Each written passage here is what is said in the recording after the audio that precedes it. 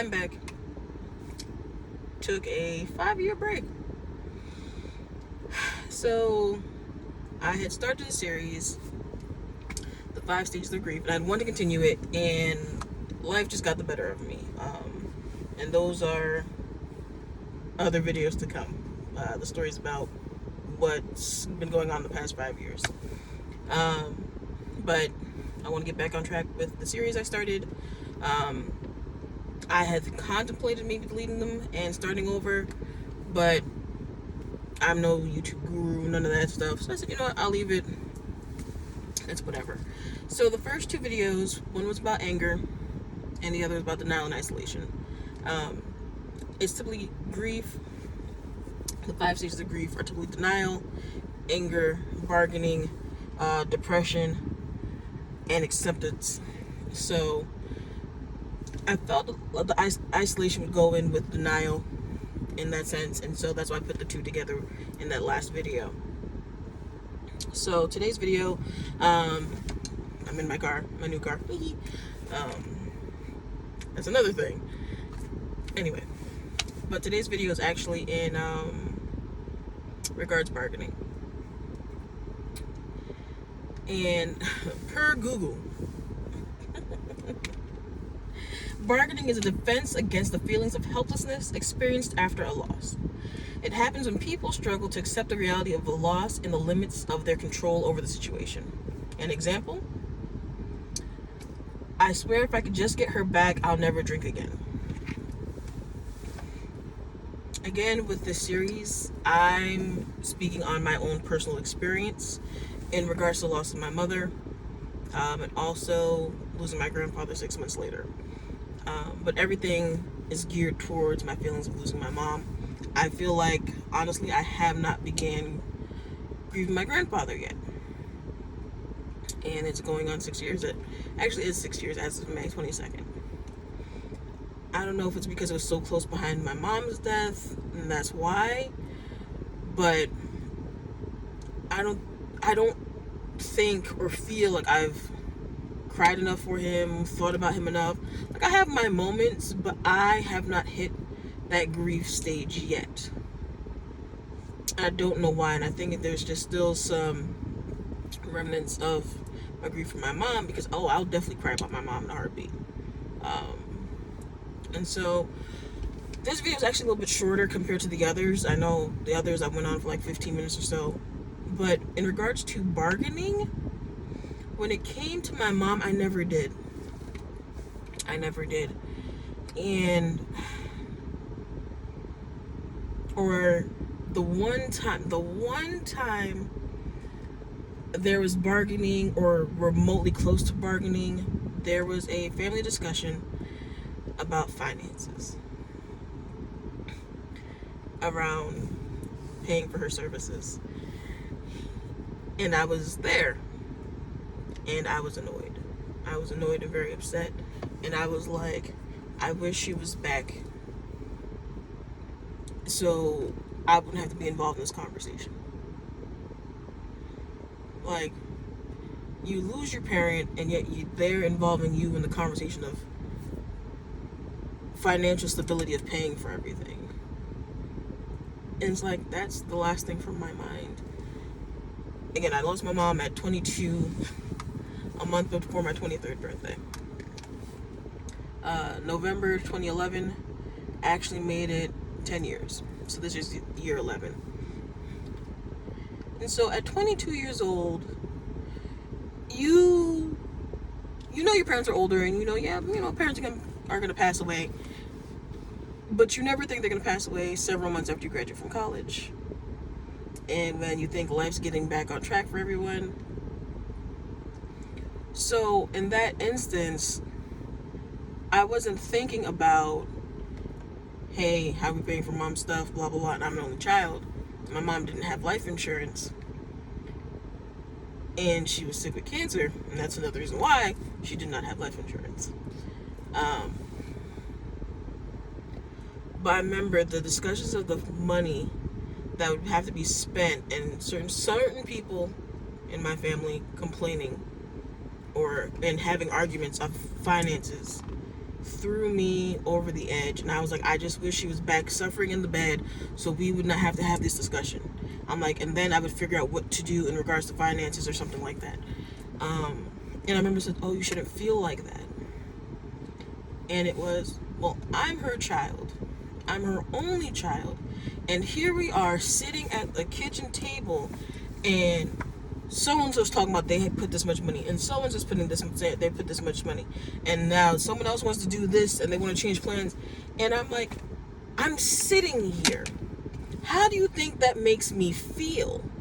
That you guys are literally talking about how much money is being spent on services when that's my mom that we have to put into the ground.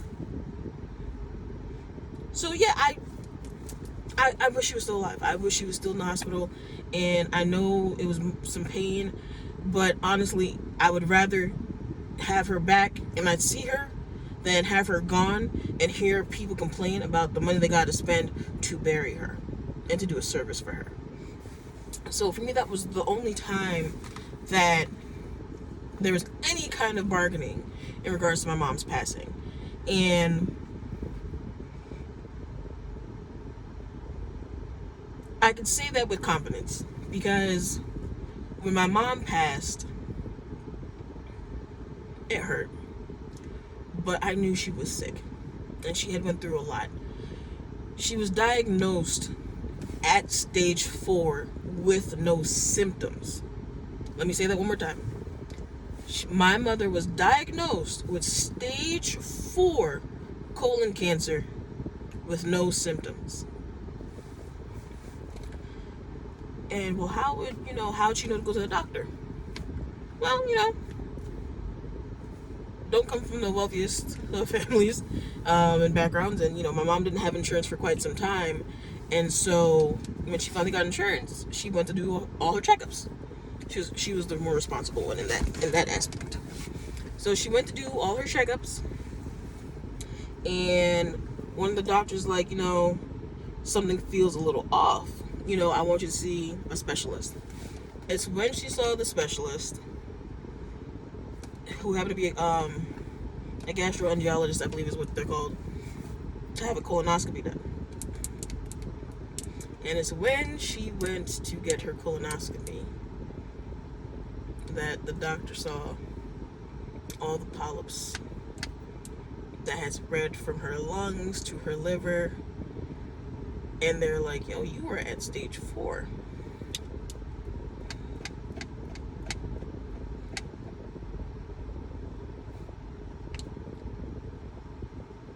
That happened. And he was like, you need to have surgery. And you need to have surgery like this week. He's like, did you feel any discomfort? Did you have any pain? Were you constipated? Were you this? Were you that? She was like, no, none of that. I feel fantastic. I only came because my one doctor said, hey, something feels off. Come go see this doctor. And that's why I'm here. And I remember when my mom was getting prepared for the colonoscopy. I'm such a mama's girl, because it was just me and my mom. Garly and Garly. I'm such a mama's girl that everything she had to do to get ready for the colonoscopy, I was doing too. So I took the Miralax, the Gatorade, and I fucked up because I still ate while I was doing this. She wasn't eating while doing this. But anyway, she went through all of that, and we saw another specialist. We saw the surgeon, scheduled the surgery for the following week for Tuesday, because they were booked that week and couldn't get her in. And the following week she had the surgery. And since then, she had started chemo and all that when she had gotten out. So when she had passed, there was no bargaining except for that one incident. When she passed, I said, I'm not going to ask why. I knew she was sick. I knew she was suffering.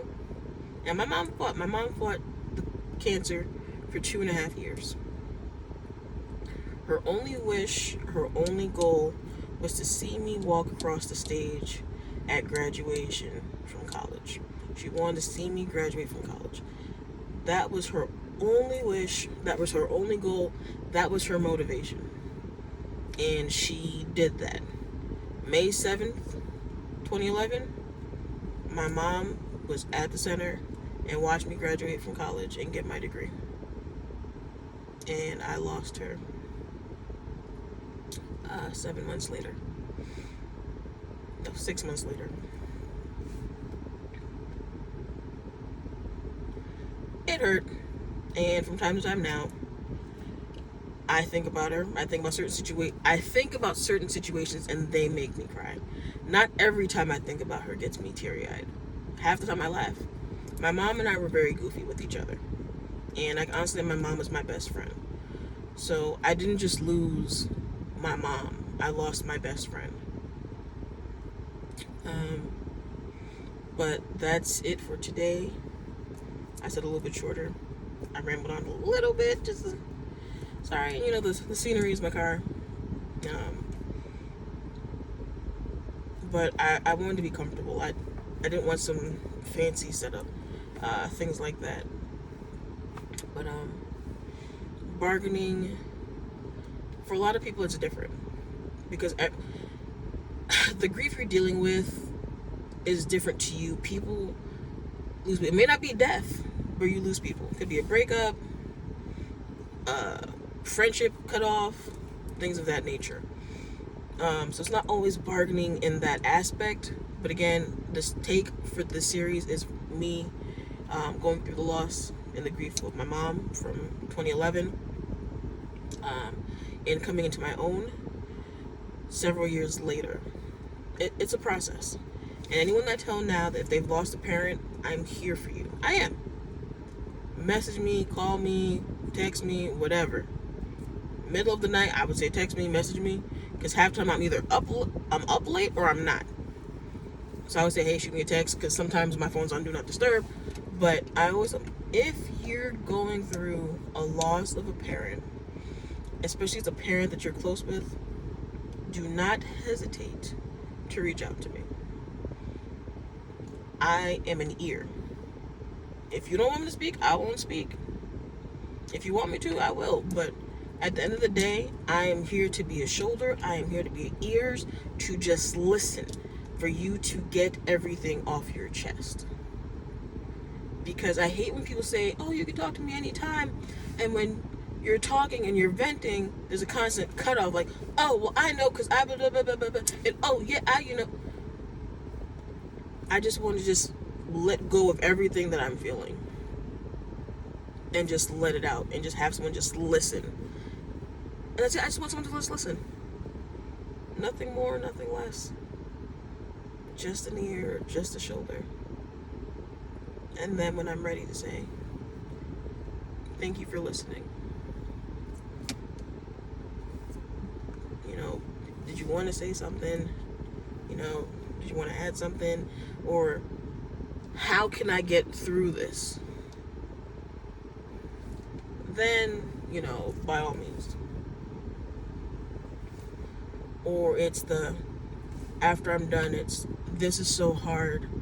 I don't know how I'm going to get through this. And then that opens up the door. And so I tell people in general, just be there for others. Don't give any input unless asked. And then you go ahead. I'm like, because 9 out of 10 times, we just want to be heard. And that's it. So, until next time, until the next video, be well.